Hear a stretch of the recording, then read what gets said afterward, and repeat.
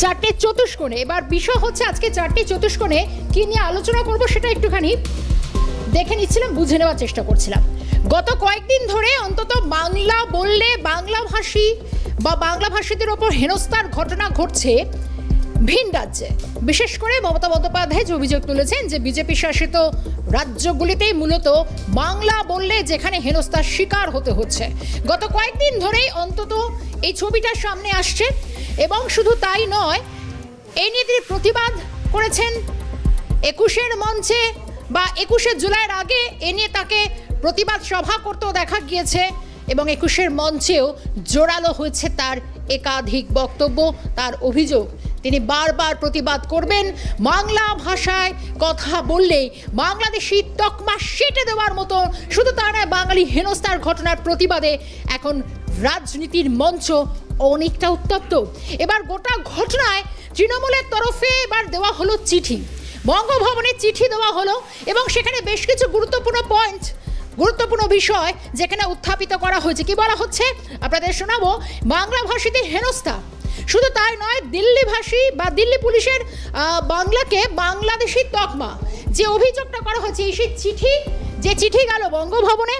কি বলা হচ্ছে সেখানে, এটি একটি ইচ্ছাকৃত অপমান, পরিকল্পিত চক্রান্ত। সংবিধানে স্বীকৃত ধ্রুপদী ভাষার মধ্যে অন্যতম ভাষা বাংলা ভাষা, আর সেই ভাষাকে পরিচয়হীন করে দেওয়া হচ্ছে। বাংলাভাষী ভারতবাসীকে বহিরাগত হিসেবে তুলে ধরার একটা অপচেষ্টা মাত্র। বাংলা ভাষায় সারা বিশ্বে 25 কোটিরও বেশি মানুষ কথা বলেন। এটি ভারতের 22টি সরকারি ভাষার মধ্যে একটি বাংলা ভাষা। এই গোটা বিষয়গুলো এই মুহূর্তে এই চিঠিতে লেখা হচ্ছে। এই ভাষাকে বাংলাদেশি বলা কেবল একটা ঘৃণ্য অপমান নয়, এটা ভারতীয়র যে পরিচয় সেটা মুছে দেওয়ার নির্লজ্জ চেষ্টা। গোটা বিষয় নিয়ে আমি এই মুহূর্তে সরাসরি যাবো আর একটু বিশ্লেষণ করব, কারণ এই চিঠির তাৎপর্য কি। গোটা বিষয় এই মুহূর্তে আমাদের সঙ্গে রয়েছেন আমাদের প্রতিনিধি রাজা সাহা। রাজা, তৃণমূলের তরফে বঙ্গভবনে চিঠি দেওয়া হলো, অনেকগুলো বিষয় এখানে উত্থাপিত করা হয়েছে, কিন্তু এই সময় যখন অধিবেশন চলছে তখন এই পরিস্থিতির মধ্যে এই চিঠি, তার তাৎপর্য কি, কি রয়েছে চিঠিতে?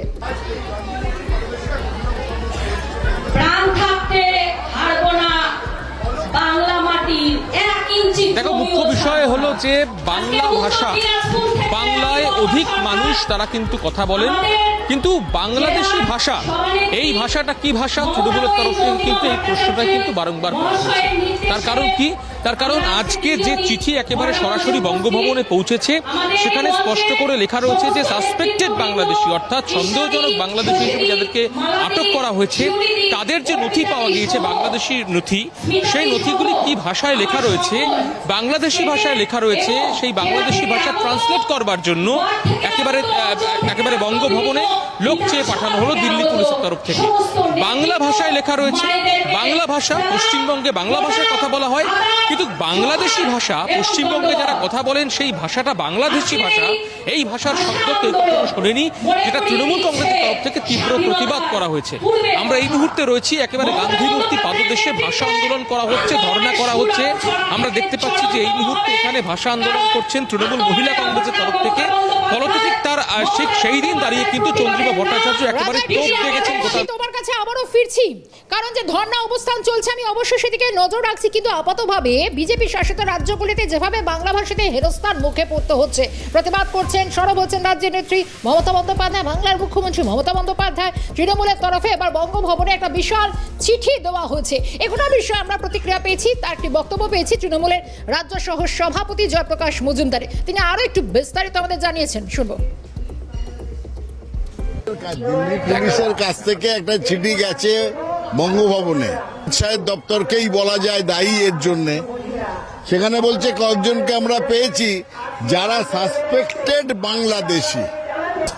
বাংলাদেশি বলা হচ্ছে, তাদের কাছ থেকে বাংলায় কিছু ডকুমেন্ট পাওয়া গেছে, ব্যাংক অ্যাকাউন্ট, পরিচয়পত্র ইত্যাদি ইত্যাদি। আর যেহেতু সেগুলো আছে বাংলা ভাষায়, তারা বলছে বাংলাদেশি ল্যাঙ্গুয়েজ। বাংলার পরিভাষা দিল্লি পুলিশ অমিত শাহর কাছে, মোদির কাছে হচ্ছে তামিল ভাষায় কথা বলে, যে সে তামিল ল্যাঙ্গুয়েজ বলা হয়। যে গুজরাটিতে কথা বলে তাকে বলে গুজরাটি ল্যাঙ্গুয়েজ, যে বাংলায় কথা বলে তাকে বলা হচ্ছে বাংলাদেশি ল্যাঙ্গুয়েজ। এর থেকে বাংলার অপমান স্বাধীন ভারতে কোনো রাজনৈতিক দল বা কোনো কেন্দ্রীয় সরকার করেনি। সুর পুলিশের চিঠিতে এটা বিচ্ছিন্ন ঘটনা নয়, এটা একটা মোদী সরকারের সুপরিকল্পিত বাঙালিদের প্রতি তাদের যে বিতৃষ্ণা, তাদের যে ঘৃণা, তাদের যে বাংলাকে আলাদা করে দেওয়ার চক্রান্ত, সবটা মিলে আছে। জয়প্রকাশ মজুমদারের বক্তব্য শোনালাম আপনাদের। এই মুহূর্তে আমার সঙ্গে টেলিফোন লাইনে রয়েছেন বিজেপি নেতা রাহুল সিনহা। রাহুল দা, ক্যালকাটা নিউজে স্বাগত জানাই। তৃণমূলের তরফে বঙ্গভবনে চিঠি দেওয়া হয়েছে এবং যেখানে পরিষ্কার বলা হচ্ছে যে নিঃশর্ত ক্ষমা চাওয়ার দাবি তৃণমূল কংগ্রেস বলছে। শুধু তাই নয়, এটি ইচ্ছাকৃত অপমান মোদী সরকারের বিজেপি শাসিত রাজ্যগুলিতে যা চলছে পরিকল্পিত চক্রান্ত। বলুন। জোর করে একটা বিষয়কে শুধুমাত্র প্রাদেশিকতার ছাপ দিতে চাইছে তৃণমূল কংগ্রেস, ভাষাকে প্রাধান্য দিতে চাইছে। এখানে মূল বিষয় হচ্ছে পশ্চিম বাংলার লোকের ভাষাও বাংলা, বাংলাদেশের ভাষাও বাংলা। অতএব সুকৌশলে জেনে শুনে তৃণমূল কংগ্রেস এই বাংলা বাংলা ইউজ করছে। আসলে তো কোনো পশ্চিম বাংলার বাঙালির ওপর কোনো অত্যাচার হচ্ছে না। যা কিছু পরীক্ষা নিরীক্ষা যা কিছু হচ্ছে তা হচ্ছে বাংলাদেশি মুসলমান অনুপ্রবেশকারীদের খুঁজে বের করার জন্য। অতএব সেই সত্যটা ওরা কেন বলছে না? সত্য কথা বলুক। আর এই রাজ্যে যারা বাংলাদেশি মুসলমান অনুপ্রবেশকারী আছে তাদের একজনকে তো খুঁজে বেড়ার কোন রকম প্রয়াস এই সরকার করলো না। তার মানেটা হচ্ছে বাংলাদেশি মুসলমান অনুপ্রবেশকারীদের রক্ষা করার জন্য এখন বাঙালি রক্ষা কবচ তাদের গলায় ঝুলিয়ে দিয়ে তৃণমূল কংগ্রেস ওদেরকে রক্ষাও করতে চায়, রাজনৈতিকভাবে নিজেদের স্বার্থ চরিতার্থ করতে চায়। আস্তে আস্তে সেই বিষয়টা সবাই বুঝে যাচ্ছে, বাংলার বাইরেও বিষয়টা বুঝে যাচ্ছে। অতএব তৃণমূলের এই চালাকি আর কয়েকদিনই চলবে, তারপর এই চালাকি আর চলবে না। রাহুল দা, ধন্যবাদ জানাই সময় দেওয়ার জন্য। বিজেপি নেতা রাহুল সিনহা ছিলেন আমাদের সঙ্গে।